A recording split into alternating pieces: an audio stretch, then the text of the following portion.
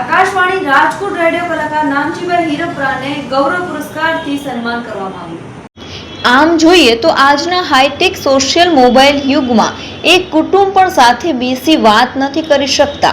દિન પ્રતિદિન પરિવારો તૂટી રહ્યા છે, ત્યારે એક કુટુંબ તો શું આખો પરિવાર એક તાતણે બેસી સમૂહ ભોજન કરતા જોવા મળ્યા। કોણ છે આ પરિવાર, જોઈએ ખાસ રિપોર્ટમાં। જૂનાગઢ જિલ્લાના વિસાવદર તાલુકાના મોટા ભલગામ ખાતે ગત વર્ષની જેમ આ વર્ષે પણ હિરપરા પરિવાર દ્વારા ત્રીજા સ્નેહ મિલન સમારંભનું આયોજન કરવામાં આવ્યું। એકતા, સદભાવના, સહકાર જેવા વિચારો રોપવામાં આવ્યા। પરિવારને વ્યસન મુક્ત, ખોટા ખર્ચ, કુપોષણ દૂર થાય એવા પ્રયત્નો કરવામાં આવ્યા। આજના સમયમાં શિક્ષણ, સંસ્કાર જેવા મુદ્દાઓને કુટુંબમાં સમાવવા અંગે વિચારો રજૂ કર્યા સાથે રાજકોટ આકાશવાણી રેડિયો પર જેમણે લોકગીત, ભજન ગાઈ આપણી સંસ્કૃતિને જીવંત રાખ્યા છે, એવા પરિવારનું ગૌરવ નાનજીભાઈ હિરપરાનું સન્માન કરવામાં આવ્યું।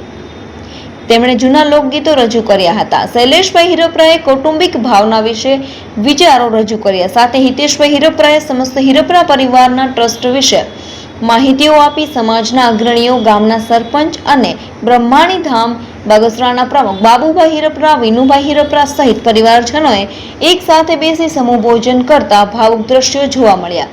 કલ્પેશભાઈ હિરપરાએ સૌ પરિવારજનોનો આભાર માન્યો હતો। નમસ્કાર, આજે અમારે મોટા ભલગામ હિરપરા પરિવારનો ત્રીજો સ્નેહ મિલન સમારોહ યોજવામાં આવ્યો હતો।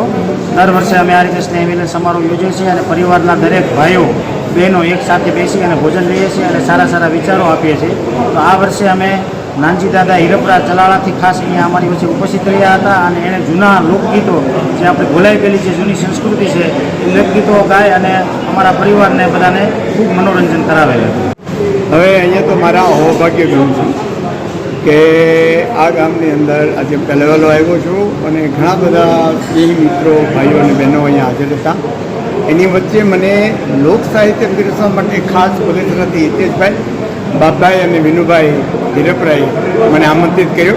મને કે તમારે ખાસ દાદા આવવાનું છે અને લોક સાહિત્યની વાતો તમારે કરવાની છે।